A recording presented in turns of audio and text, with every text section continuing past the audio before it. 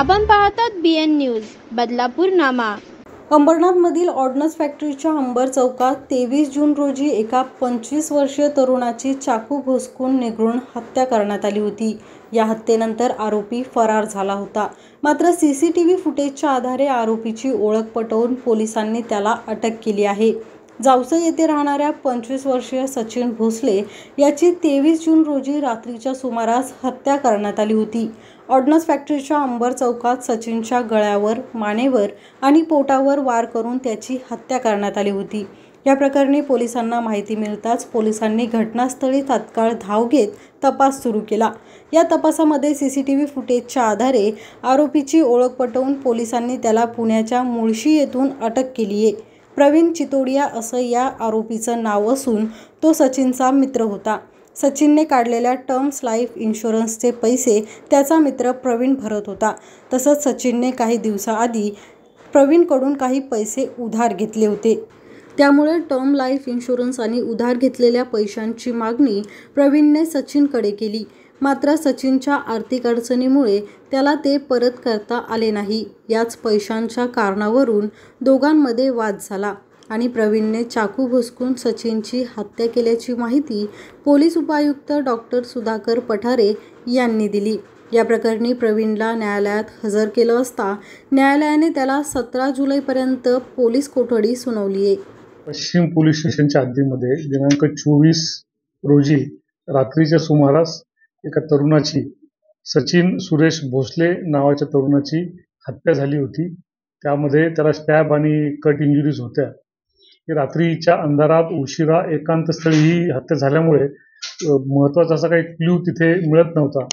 परंतु पोलिसांनी अत्यंत कष्ट करून CCTV फुटेज, टेक्निकल मोबाईलचं ॲनालिसिस किंवा इतर ॲनालिसिस आणि काही खबरी या सगळ्यांच्या माध्यमातून सूक्ष्म तपास करून त्या आरोपीपर्यंत पोहोचलेले आहेत आणि त्या गुन्ह्यामध्ये पुणे येथून एक आरोपी प्रवीण सुरजसिंग चितोडिया याला अटक केली।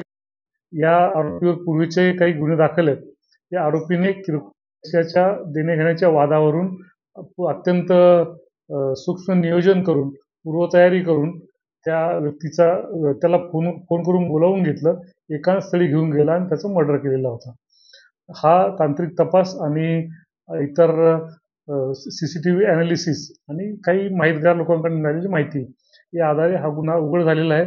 या गुन्ह्याच्या तपासामध्ये माझे सहकारी ACP श्री सुरेश वराडे, अंबरनाथ पश्चिमचे पोलीस निरीक्षक श्री कळसकर, इथले PI गुन्हे Shri Kishor Shinde, PI Shri Ramesh Patil, EPI Vijay Kajari, EPI Sandeep Bhalerao, PSI Belge, PSI Munde, PSI Pande, police हवालदार गायकवाड, जाधव, पथवे, विशे, आव्हाड, चोपडे, पाटील, पोलीस नाईक पगारे, सूर्यवंशी, पोलीस शिपाई मुंडे, गवळी, दराडे, पालवे, निरगुडा, सावंत, भोसले आणि त्यांच्या सर्व सहकाऱ्यांनी, त्याप्रमाणे जोशी आणि ठोंबरे या कर्मचाऱ्यांनी अत्यंत महत्त्वाची जबाबदारी आज पार पाडलेली आहे।